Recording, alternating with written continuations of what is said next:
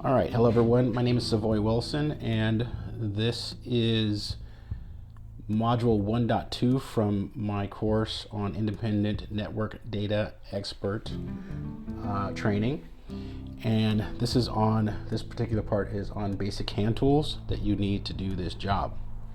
I'm just going to go over them kind of one by one. These are the tools that you would just have in your pocket or in a small tool pouch that you'll carry around with you while you're pulling cable and installing a network.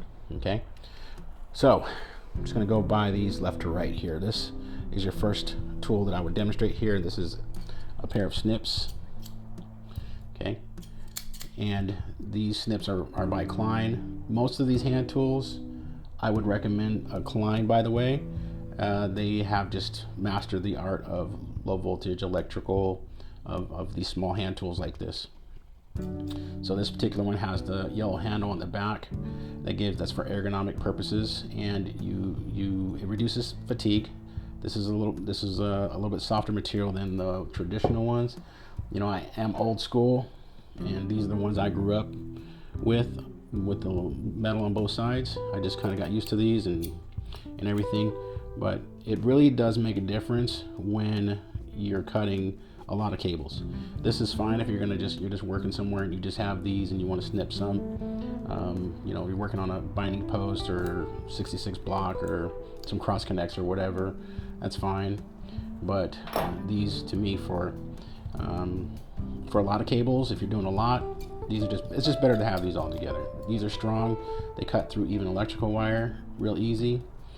There's little notches in here to strip your cables, which we'll demonstrate in another video. And it's got these kind of this is not serrated, but it's like a grooved edge, and so this is great for straightening cables as well. So if you're going to be doing a lot of cables, if you're going to be doing this for a living, go ahead and invest in some of these. They're only like $20, $25. I think they cost about the same as the other ones, but these are much better. Okay, next thing you're going to need is a punch tool. Okay, this is by Southwire. This is my backup punch tool. I do have a Klein one that somebody borrowed permanently, and I don't have it right now, but I will replace it with the Klein. So this is what you use to punch cables down to either a 66 block or a keystone or a patch panel. So it has this blade here that comes with it. The size is called a 110. This is called a 66 for different applications. But essentially, there's a part of the blade, bring it up close, the part of the blade that pushes the cable down onto a binding post, it's called a binding post. And there's another side that cuts the part that hangs out on the edge there. Hopefully you can see it. Yeah, so one part is like a cutting part, and the other part is the punching down part. So this comes with this. I don't like this Southwire that much. This was my backup, like I said. I used it a couple times. There's two additional tools on here. There's one that's like a hook that comes out so you can dig into binding posts and pull wires out, and there's another part that's like a blade, almost like a butter knife, that comes out the other side. But anyway, I was punching down a patch panel, and those things, the nuts on these came off real easy. They dropped. I'm not going to go spend the time to go look for those little things, so I just kind of was like, okay, forget about it, forgot about it. Klein tools just last a longer time. They don't fall apart like that, or mine have not. Mine never did. And so that's why I trust those. So it has the little low and high impact switch over here. You use low impact for low impact for things. You use high impact for different things. So that it works. It does the job, but not my favorite. The Klein tools blades seem to be sharper to me too. And maybe the impact, something about the impact is better. I'm not really sure, but this works. But go with the Klein if you're gonna do this for a living. Okay, you're gonna need 11 1s. Okay, I have two because I was testing out this one. This one has the ratcheting function, and I wasn't really too keen on this. Again, I'm old school. I was like, I'm the guy who sits there and screws the thing in by hand like this. But This is actually growing on me now, honestly. This is growing on me, and this is great just to do stuff to get that ratcheting action. It has the 11-in-1 tools, just like the other one does, except these are supposedly impact rated. These nut drivers are supposedly impact rated, and I can't verify that they are, because I have used impact drill on these before, and it messed up the receptacle side. So I don't know. I don't know that I trust these as impact, but they're supposed to be. At least the back of the tool says it. I use it as a hammer, so you can't read it, but it does. Supposedly, this is an impact rated tool. But you need this. You need 11-in-1, and this one's actually magnetic, which is nice. This is a magnetic one, but yeah. Anyway, you need 11-in-1. Oh, I didn't demonstrate all this. So everything that's in here, inside of here, this comes out. There's a flat tip, cross Phillips, and there's some Torx bits inside of here. And in here's the Phillips. One side is the large Phillips, and one's the short, the small Phillips. And so there's the large Phillips and a flat tip. So, but that's it. It's got everything you need for the job inside of here. Most of it. Put this thing back together. All right, next. Okay, so that's that. Okay, so here's a major tool. Is this? This is probably the most important tool that's gonna save you a lot of time, and a lot of people just kind of blow this off. And you use this marker to write on your cables when you're pulling cables, and you're pulling in an office. You want to be able to track which cables you pulled where. I cannot tell you how many times I go out to a job site and I see guys pulling a bunch of cables, and they're not marking the cables. And what they do is after they pull all the cables, then they start trying to figure out where they are afterwards. You don't have to do that if you just mark your cables. And so, there's nothing more the sign of a new guy than to show up and do that. You have to mark your cables. It's going to save you so much time, because imagine pulling 100 cables and then having to figure out where they're all at afterwards, or 200 cables or whatever. Mark your cables. Don't be a new guy or a new girl. You gotta mark your cables. Okay, so here's another tool here, another hand tool. This is the crimper, RJ45 crimper. And so you crimp RJ45s and RJ11s. These are network cables, so you might have seen the end. Gosh, I didn't bring one here. I don't have one. It's messed up. Okay, so you stick your RJ45 connector inside of here. So you have a piece of cable. You suit it. You separate the cables properly. You stick them into this connector, which if I find one, I'll put it in this video. But then you put the connector inside of here. The wires are coming out of the back, out of here, and you simply, I put my hand under here and just crimp it. It cuts the tails of the cable off of the wire. It drops into my hand.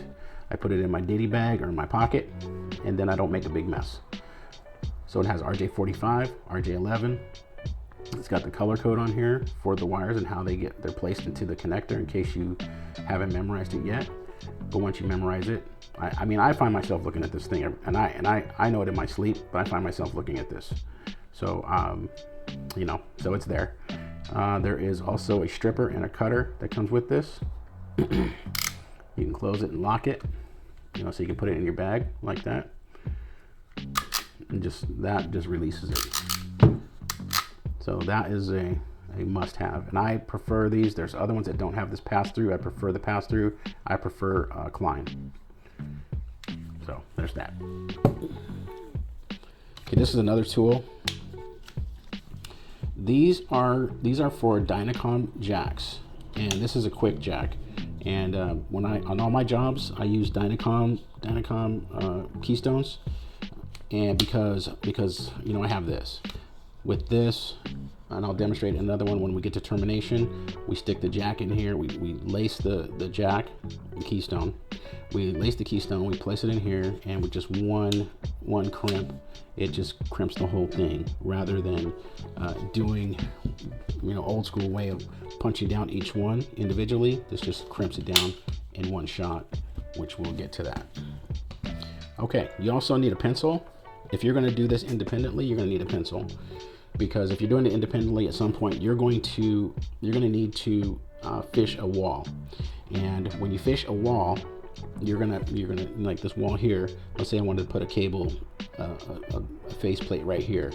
Customer wants one right here. I'm gonna have to go into the crawl space in the attic. I'm gonna have to cut through the top beam. I'm gonna have to cut all the way down, whatever way I can, to get down to the wall to where the customer wants it. That's fishing. So, for example, if I was going to do that, this is a mud ring. This one's broken, but there's another clip that goes on the top of here. But I would take this, put it where the customer wants it, assuming there's no stud right there. And then I would use my pencil. Well, I would use my level first. So this is the other tool you need, is a little pocket level. I would level it. And then I would make marks. There's little holes in here. There's 1, 2, 3, 4. These, you get these at Home Depot. They're like $1 or something. But there's 4 holes in here. Let's get it closer. You can see. Hopefully you can see that. Yeah. So on the top, there's 1, 2, 3, and 4. Right there's the other one. Okay. So anyway, you put this on the wall. You level it, and then you just mark those 4 dots, 3, 4, right? And then you take this and use it as a straight edge, and then you just make the cutout. Just go like this, line up your dots, make the mark, and you go that all around. So you end up with this cutout here. And so when you do this cutout, you then you push this in, you push the mud ring in, and then there's your receptacle, and you put your faceplate on there. But anyway, you need the pencil to do that. I see people with Sharpies try to do this, and then they forget to check to make sure there's not a stud or something like that or whatever, or they figure out for whatever reason they can't do it there, and then there's Sharpie on the wall, and you're not getting it off. you gotta paint it. But at least this gives you a chance to maybe remove a mark that you made. It's thinner, it fits into the holes and everything. That's why you need the pencil for this particular reason. Nice sharpened pencil. Okay. I already mentioned this, but pocket level. It's important when you do these face plates. It's important to level them, make sure they're level. And the reason why is that all trades don't always do that. Not everybody does things professionally, and that's why you're in this course, because you want to learn how to do things professionally. And some people, and I'm not talking trash about other trades, but some trades, they don't do that. They just throw it on there and eyeball it. Now, you might be looking at it right up in your face and it looks like it's level, but trust me, it probably isn't. You walk away and you're going to look at it, it's going to be all crooked. And so like I said, some trades don't do that, and they do theirs crooked. If yours is level, and this is what's going to happen. So you're going to walk in, and let's say the customer's going to walk in, and they're going to see it, and they're going to be like, "Oh, that looks crooked to me." They're going to look at it, and you're going to see it, because you're going to tell it's going to be off to the side or whatever. And because you're listening and you're paying attention in this module, what you're going to do is walk up to the faceplate, and you're going to set your level on there. And you'll see, like mine's like right on there, and then you're going to walk away and like, okay, you're good to go. That's what you're going to do, and then they're going to see that it is the other trade that is crooked and not yours. So you want to make sure you have a pocket level to make sure your stuff is level. Okay, and then here's one of we only got a few more hand tools. So let me not go to that yet. So this is the jab saw drywall knife, and you use this to cut in face plates in drywall. So I'm not going to do it because this is my house. I'm not doing this. So you stick it in and you just kind of seesaw it a little bit, and then once you get through the drywall, you can just cut, right along the line that you made, And then and you can use this for everything. If you're in a ceiling tile, you need to cut through, like say from suite to suite or something like that, you need to cut through the drywall, or cut a hole to cut in a fire stop or something like that. You can use this for it, but that's essential. Okay, so now tape. Oh, let me not yet. Sorry. One more thing regarding this. Get yourself one of these things. This is a magnetic stud finder, and it doesn't work in this house because this is an old house and it just doesn't work here. Okay, just for whatever reason. This isn't really drywall. This is plaster. It's really thick and it has like a lath in it, so this doesn't work here. But in other places where there's drywall and there's metal studs, or if there's wood studs that go straight up against the drywall, this is great. So you just kind of go like this, and I wish I could demonstrate it for you, but I can't here. But you go like this, and then it'll find a stud, and it'll stick there, and then you know where the studs are. So you find on both sides with it, okay, and you find the studs. That way you know you're not going to hit one going when you cut out these face plates, okay. There's other things you need to do to make sure you don't hit other studs and fire breaks and stuff like that, but just for right now, this is what I'm explaining, okay? Just so get one of these. These are great for that. You can get the electronic ones too, but I like those. Doesn't need batteries. Okay, so electrical tape and Velcro or hook pile tape fastener, okay? We call it hook pile. I call it Velcro. I know that's a trademark thing, so it's hook pile tape fastener for trademark purposes. And so electrical tape, you're going to use this to wrap cables up when you pull them. Okay, you use this, you're going to use string and you're going to use tape, and you're going to wrap the cables up in a certain way so that this doesn't get bound up when you're pulling cable up through the ceiling or whatever. But that's with the tape. So you gotta have lots of this. You go get yourself like a roll of these. There's like 6 or 10 in the package. And but these are you gotta have these. Like, you don't show up without tape. Don't show up without a Sharpie. Period. I mean, this is what you're gonna use when we get to the cable pulling section, and you'll see why it's important to have plenty of tape on you.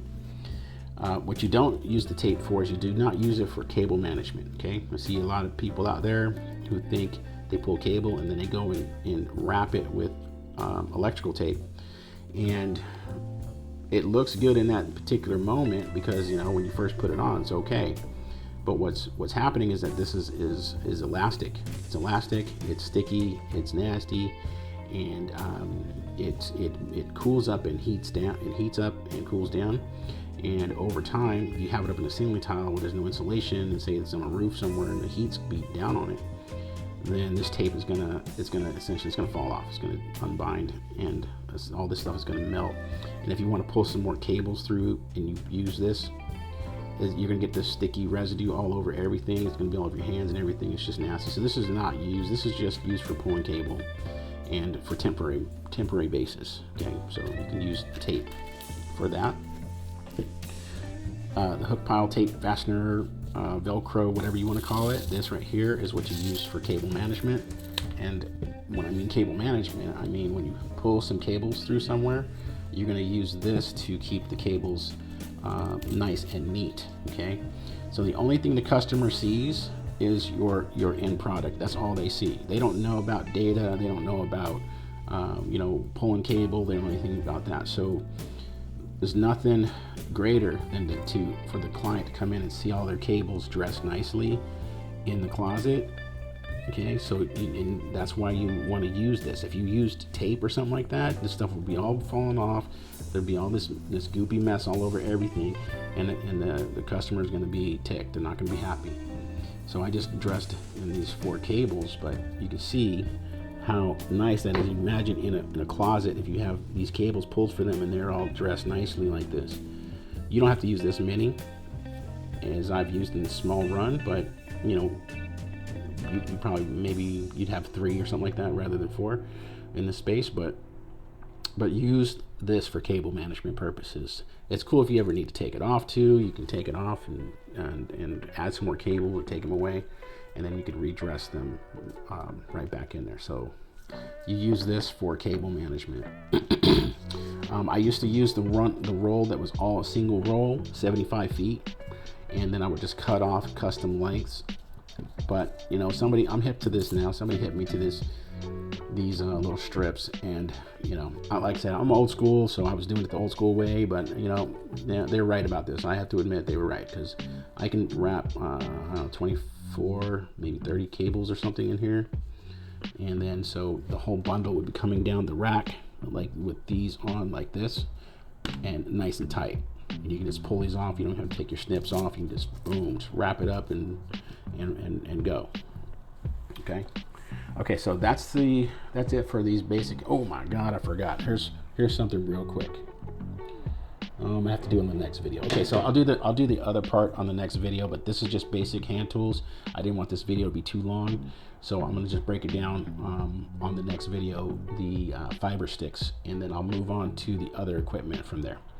All right, thanks for watching, and see you in the next video.